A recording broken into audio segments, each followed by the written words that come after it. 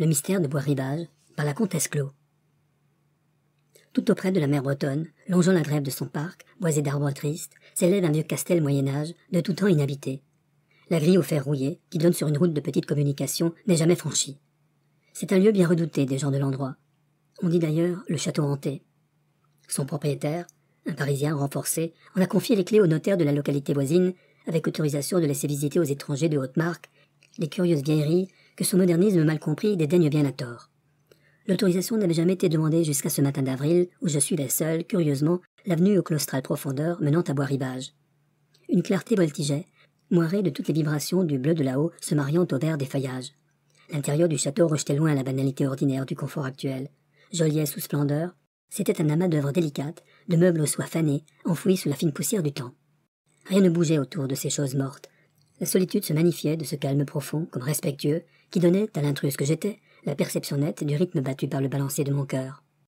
L'escalier éclairé de hautes et étroites verrières plombées aboutissait au premier étage, devant une massive porte à caisson que j'eus quelque peine à ouvrir. Je regrettais alors de n'avoir pas accepté l'offre du bon notaire de me faire accompagner pour m'éviter la petite corvée de l'ouverture des serrures détraquées, ou des lourds volets au gond mangé par la rouille. Mais c'eût été m'enlever tout le charme que je me proposais, parcourir en frissonnant d'une peur voulue cette mystérieuse demeure que nul être humain n'abordait. Je me trouvais dans une large galerie au plafond poutré, roussé, revêtue de blasons en bosse. À droite, 3 fenêtres, en germiné, barricadées de persiennes à jour, laissaient pénétrer une lumière stagnante, indécise, suffisante pourtant, puisqu'elle permettait à l'œil de saisir les détails. Le recul de l'ombre baisait les murs, faisant de l'enfoncement de chaque porte un endroit peureux. Le silence devenait impressionnant à la longue, prêtant à mes réflexions un frisson à fleur de peau que je réprimais, me moquant de moi-même. J'oubliais en ce lieu qu'il existait, non loin de là, un monde animé, des êtres s'agitant, discourant. L'actualité disparaissait sous l'impression de cette survie indéfinissable que gardent les muets témoins du passé. À la rencontre de mon regard, des bergères laquées, un coffre à falbala délicat, menu, une harpe au long col de cygne évoquant les grâces d'une récamier. Je ne songeais pas à franchir encore le seuil de ces portes devant lesquelles je passais. J'y reviendrai tout à l'heure. Pour l'instant, une seule curiosité me tenait, m'assurer que la galerie tournait là-bas, au bout de ce trou d'ombre qui s'élargissait peu à peu, s'éclairant à mon approche. Et je demeurais soudain confondu, un cri au bord des lèvres. En face de moi, arrêtant mes pas, tombait du plafond un grand rideau de velours qu'une lourde frange d'or ornait et séparait au milieu en 2 parties égales. L'une alignait rigidement ses plis, l'autre. Un bras nu le soulevait. Une blanche et jeune figure de femme, auréolée de cheveux d'argent, tête fine, traits d'une pureté vivante, délicieuse, me considérait fixement. Les yeux étincelants d'audace fière avaient dans le fond de leurs prunelles bleues comme un appel d'angoisse.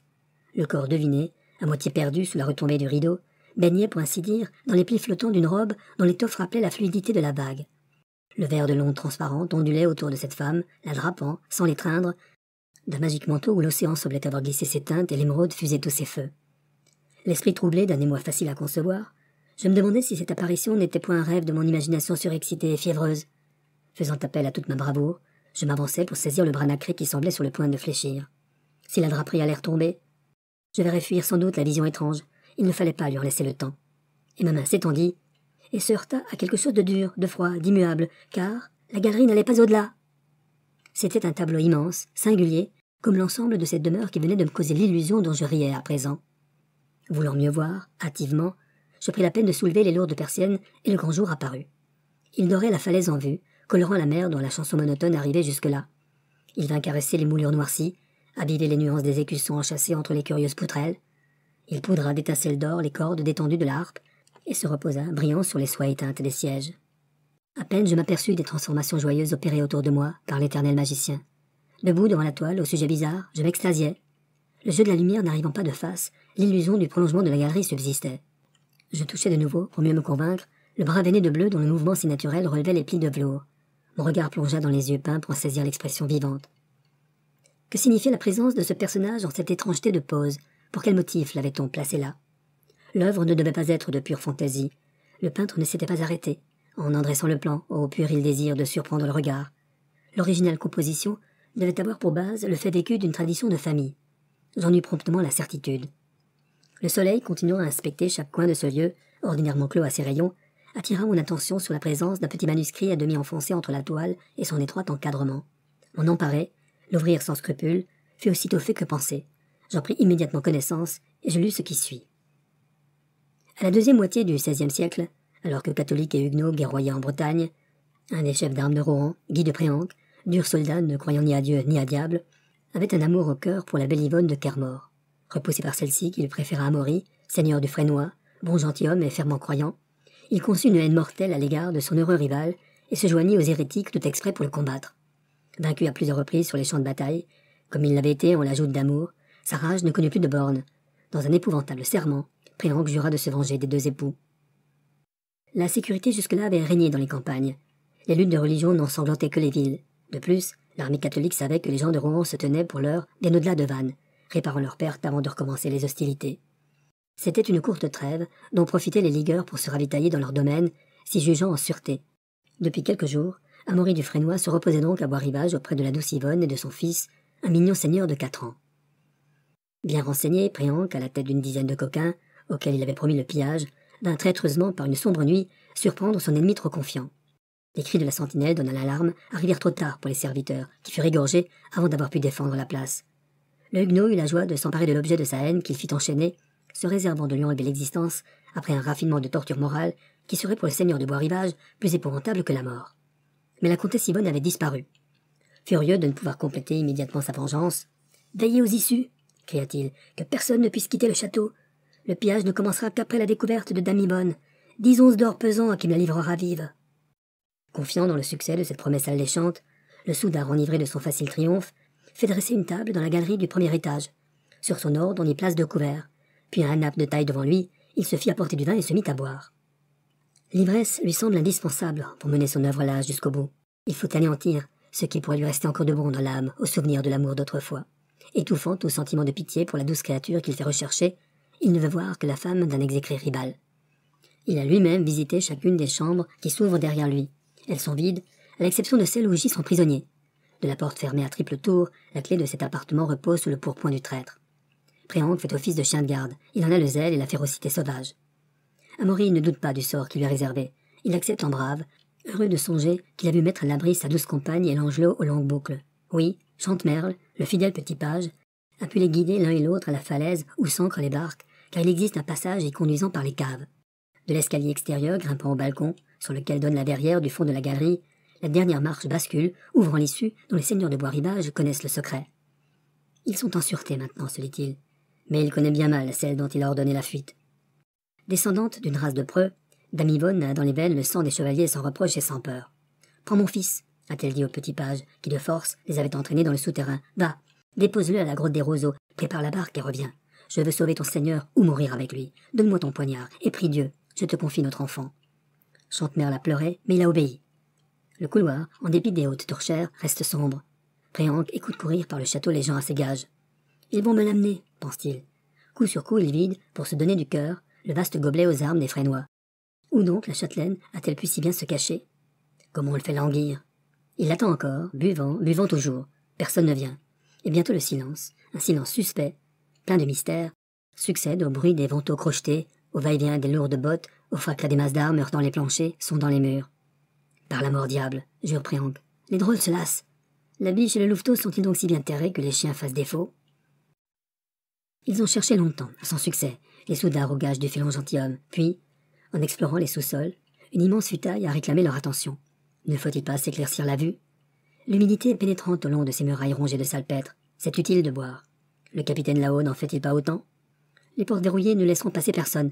Il sera temps, quand l'aube aidera les recherches, de reprendre la chasse, et Préancre alors pourra sonner la lalie. En attendant, dans l'ignorance de cette trêve qu'il n'a pas ordonnée, celui-ci sent l'impatience le gagner. Il saisit un flambeau et se dirige vers la sortie du couloir, disant à haute voix « Qui vais-je prendre ?» L'ivresse empâte visiblement sa parole. Soudain, un vent furieux s'engouffre dans la galerie, faisant vaciller la flamme des torches, éteignant celle qu'il tient en main. « Par les cornes de Satan !» gronde Préancre, désagréablement surpris. « Drôle, refermez la porte !» Mais celle-ci est close, personne ne l'a entrebâillée. Il s'en assure du reste en la heurtant du front. Le souffle de la tempête continue à tourbillonner autour de lui, s'élevant du large apportant à ses narines l'odeur salée de la mer. Par quelle issue pénètre-t-il? Aucun des volets barricadés de fer n'a cédé. Les boiseries gémissent, le rideau, qui voile la grande derrière, s'agite sous une poussée irrésistible. La rafale invisible le fait claqueter, puis s'envoler haut, malgré la pesanteur de l'épais tissu qui frappe maintenant les poutrelles de ses lourdes franges d'or. Guy de Préancre, que ce fracas a fait retourner, aperçoit alors, surgir de ses doux, la châtelaine de Bois-Rivage. Ne serait-ce pas plutôt son ombre, cette femme au visage blanc comme le linceul qui la drape? Sous le ruissellement d'une chevelure dénouée, C'est une apparition longue et frêle dont le bras tendu fait un geste de menace. Dans les yeux fixes, égarés, largement ouverts, luit une flamme vengeresse. Il la regarde indécis. De nouveau le vent fait rage, tout s'éteint. Dans la galerie noire, où rugit le hurlement de la bise, le froid, glacé comme un baiser de mort, glisse enveloppant de frissons le corps et l'esprit. Au sein de l'obscurité subite, la vision pâle reste seule apparente. Le huguenot s'est ressaisi.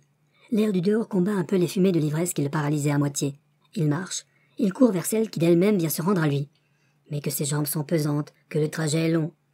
On dirait que plus il avance, plus la galerie s'allonge. Dame Yvonne semble s'éloigner à mesure qu'il approche du rideau de retombée que son bras nu soulève.